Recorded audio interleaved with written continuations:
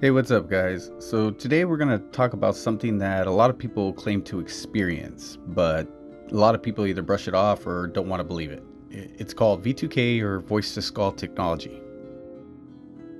So, I just want to start off by saying that the question isn't whether this technology is real or not, because this has already been proven. We already know it's real.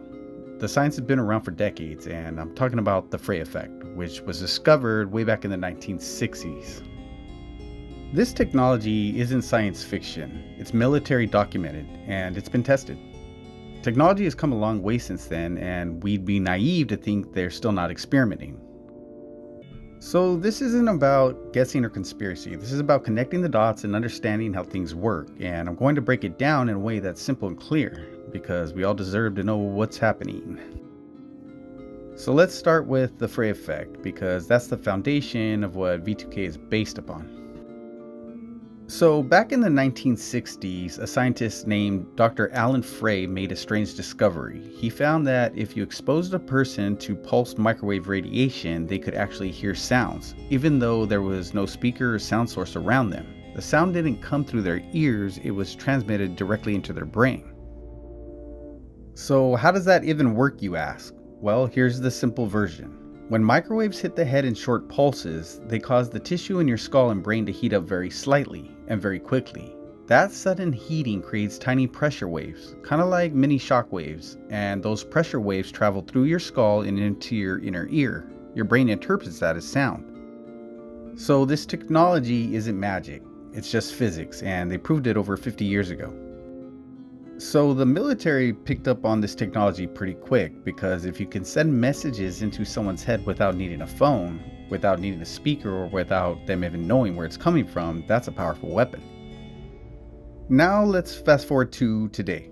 Think about how far technology has advanced since the 60s. We've gone from rotary phones to smartphones that can recognize your face and track your location 24/7. So imagine what the military or intelligence agencies could do with 50 years of silent research into this stuff. Now here's where it gets a little personal for us, because many people have come forward saying they hear voices that no one else can hear. They say it sounds like someone's talking to them directly, sometimes commenting on their actions, or sometimes insulting them, and sometimes giving them threats or strange commands. And this isn't just happening to one or two people, there are thousands of people online and around the world describing the exact same thing. Some are veterans, some are whistleblowers, some are just regular people trying to live a normal life. So could this be part of a covert test program? I believe it is. The military has a long history of experimenting on people without consent. Just look up things like MK Ultra or radiation testing on civilians. So it's not a stretch to believe that V2K is being tested on targeted individuals. And then we have Havana syndrome. This was first reported by US diplomats and CIA agents stationed in Cuba around 2016. They described sudden sharp pains in their heads, hearing buzzing or clicking sounds, and developing neurological symptoms like dizziness, memory problems, and even brain damage. These people were medically evaluated and doctors confirmed something very real happened to them. At first, the government called it a mystery illness. Then they said it might be a mass psychogenic illness. In other words, they tried to say it was all in their heads. But too many credible people were affected, and the symptoms, they matched microwave-based attacks. Many scientists now believe Havana syndrome could be the result of pulsed microwave weapons, the exact same tech behind the Frey effect and V2K. If it can happen to US diplomats overseas, what makes you think they're not testing it right here at home? So what has the military said about all this? Well, they admitted quite a bit, just not publicly on the evening news.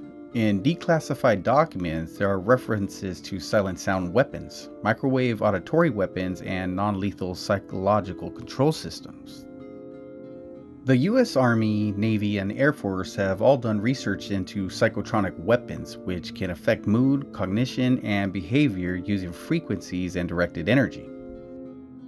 The NSA, CIA, and DARPA have all funded technologies related to mind-machine communication, surveillance, and crowd control using electromagnetic fields. They don't call it voice-to-skull on paper, but they describe systems that do exactly that. So the breadcrumbs are there, you just have to look.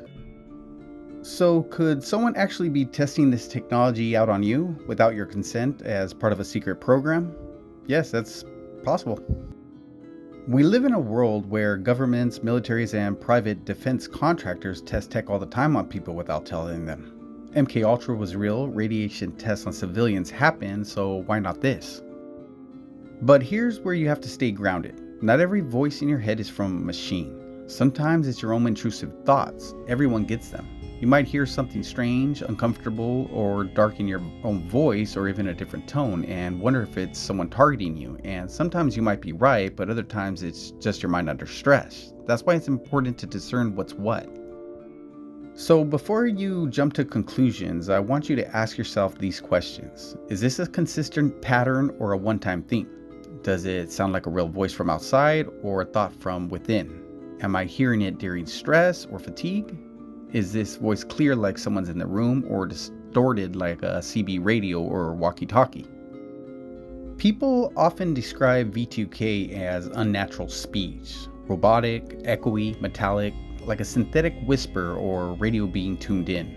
Sometimes it's clear, sometimes it's broken up or sounds like it's echoing inside your skull. That's the unnatural quality that gives it away. So again, the technology is real. That's not a theory. The real mystery is who's using it, how they're doing it, and why you, or anyone else that might be chosen as a test subject. So let's bring this all together. The Frey effect is real, V2K is real, and whether you believe it's being used by governments, rogue agencies, or some shadow group, people are suffering, and the least we can do is stop gaslighting them. Whether it's microwave weapons, psychological warfare, or both, it's time we start having real conversations about it, because staying silent only lets us continue.